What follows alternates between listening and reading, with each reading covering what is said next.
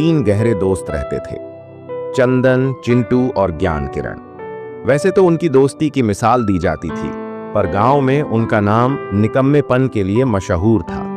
काम के नाम पर उनके हाथ पैर ढीले पड़ जाते थे और सारा दिन पेड़ों के नीचे बैठकर गप्पे मारना या बस इधर उधर भटकना ही उनका मुख्य काम था। चंदन, चिंटू और ज्ञान किरण का निकम्मापन चंदन को हमेशा थकान महसूस होती थी, चाहे उसने कुछ किया भी ना हो। उसे लगता था कि काम तो बस बोझ है। चिंटू को हर काम में कोई ना कोई बहाना मिल ही जाता था, कभी तबीयत खराब, कभी घर में जरूरी काम, तो कभी बस उसका मन ही नहीं करता था।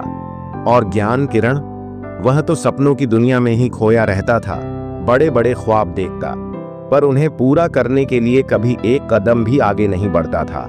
उसे लगता था कि सफलता बस यूं ही मिल जाती है। गांव वाले उनसे परेशान थे, उनके माता पिता भी उनसे उम्मीदें छोड़ चुके थे। हर कोई उन्हें ताने मारता, कब सुधरोगे तुम तीनों, कब काम पर लगोगे। पर इन बातों का उन पर कोई असर नहीं होता था, वे अपने ही रंग में रंगे रहते थे। मुखिया का अनूठा सबक। एक दिन गांव के समझदार मुखिया ने तीनों को सबक सिखाने की सोची। उन्होंने तीनों को अपने पास बुलाया और कहा, देखो दोस्तों, मैंने सुना है तुम तीनों बहुत मेहनती हो और तुम में कुछ कर दिखाने की लगन है। मैंने तुम्हें एक खास काम के लिए चुना है। तुम्हें गांव के पास वाली पहाड़ी पर चढ़कर वहां से एक विशेष जड़ी बूटी लानी है। जो सबसे पहले उसे लाएगा, उसे मैं सोने की मोहरें दूंगा और गांव में उसका सम्मान किया जाएगा। सोने की मोहरों का नाम सुनकर तीनों की आंखें चमक उठी। उन्होंने सोचा कि यह तो आसान काम है और मोहरें भी मिलेंगी।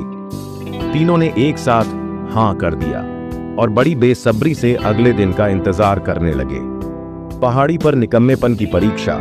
अगले दिन सुबह तीनों पहाड़ी की ओर चल पड़े, बड़े बड़े सपने आंखों में लिए। चंदन ने थोड़ी दूर चलते ही हांफते हुए कहा, यार मैं तो थक गया, थोड़ी देर आराम कर लेते हैं। और वह एक पेड़ के नीचे लेट गया। थोड़ी देर बाद उसे गहरी नींद आ गई और वह जड़ी बूटी का काम भूल गया। चिंटू ने थोड़ी और दूर चलकर देखा कि रास्ता ऊबड़ खाबड़ है और उस पर चलना मुश्किल है।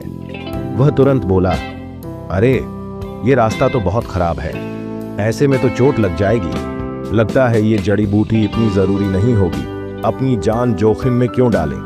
यह कहकर वह वापस गांव की ओर लौट गया। रास्ते भर नए बहाने सोचता रहा कि मुखिया को क्या बताएगा। ज्ञान किरण ने सबसे ज्यादा दूरी तय की। वह पहाड़ी के आधे रास्ते तक पहुंच गया था। तभी उसकी नजर एक सुंदर फूलों के खेत पर पड़ी। वह सोचने लगा, वाह, ये फूल कितने सुंदर हैं। अगर मैं इन्हें ले जाकर बेचूं तो शायद मुझे सोने की मोहरों से भी ज्यादा पैसे मिलें। वह जड़ी बूटी का काम भूलकर फूल तोड़ने और उन्हें इकट्ठा करने में लग गया। जब शाम हुई तो वह ढेर सारे रंग बिरंगे फूल लेकर गांव लौटा, लेकिन जड़ी बूटी के बिना। खाली हाथ और सबक की प्राप्ति रात को मुखिया ने तीनों को फिर बुलाया। उनके चेहरे पर मुस्कान थी, पर आंखों में गंभीरता। चंदन ने कहा, मुखिया जी, मैं थक गया था इसलिए आराम करने लगा और मेरी आंख लग गई। चिंटू ने कहा, मुखिया जी, रास्ता बहुत खतरनाक था, मुझे लगा कि अपनी जान जोखिम में डालना ठीक नहीं। ज्ञान किरण ने ढेर सारे फूल दिखाते हुए कहा, मुखिया जी, मुझे रास्ते में ये सुंदर फूल मिले, इनसे तो ज्यादा पैसे मिलेंगे। मुखिया मुस्कुराए और बोले, तुम तीनों ने फिर साबित कर दिया कि तुम निकम्मे हो। चंदन, तुम आलस के कारण काम पूरा नहीं कर पाए। चिंटू, तुमने बहाना बनाकर काम से मुंह मोड़ लिया। और ज्ञान किरण, तुम बड़े बड़े सपने देखते रहे पर अपने असली लक्ष्य पर ध्यान नहीं दिया और भटक गए।